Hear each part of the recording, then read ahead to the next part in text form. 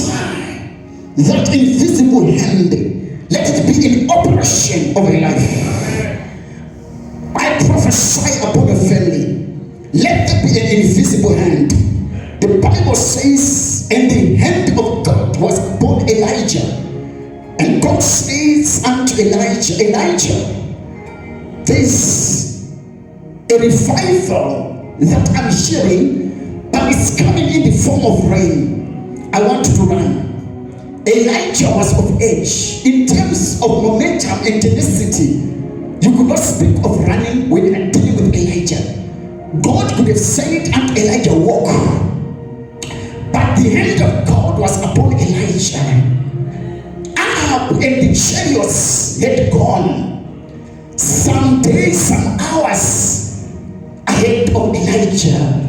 But because the hand of God was upon Elijah, the Bible says Elijah started to run until he outran Ahab and the chariots.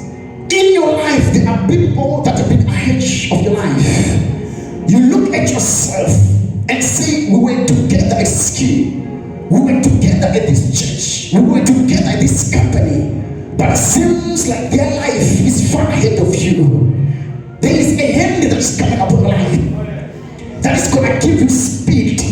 And that speed, you are not only going to compete with those that reign ahead of you, you are going to outrun them.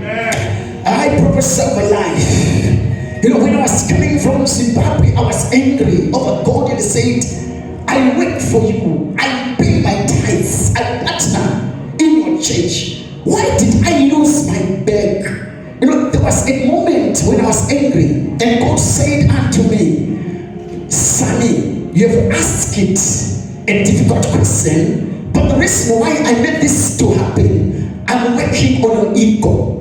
So that when you start to rise and run, you will know that it's my hand, it's not about you. When that voice came to me, I said, thank you so much, God. When I arrived at home, I was at peace. So sometimes you must ask difficult questions to God. When you are faced with what you're faced, going through what you're going through, ask difficult questions, because there are lessons that God is bringing through what you are going through. There are lessons that God is bringing through what you're experiencing. So sometimes asking questions prompts for answer. Can I prophesy like I feel it? The Bible says the hand of God was upon Samson after they had gouged his eyes out, and they were merry, saying that we have defeated the warrior of Israel. The Bible says Samson said unto the lad that was near him, can you just take me out a little bit? And the Bible says while he was standing, he found the pillars of the building where the Philistines were married. The Bible says the hand of God, or the Spirit of God, came upon Samson once again, and he pushed the pillars, and all the Philistines died. So when the hand of God came upon your life, it calls for the Spirit of God to rest upon you. All people that thought that you were dead, down, dusted, and you are not going to rise up because of God's hand, I prophesy that the Spirit of God is resting upon your business. They had put your business in the listing of the business that must experience an obituary. But I prophesy there's not going to be an obituary over your business. There's not going to be an obituary over your life.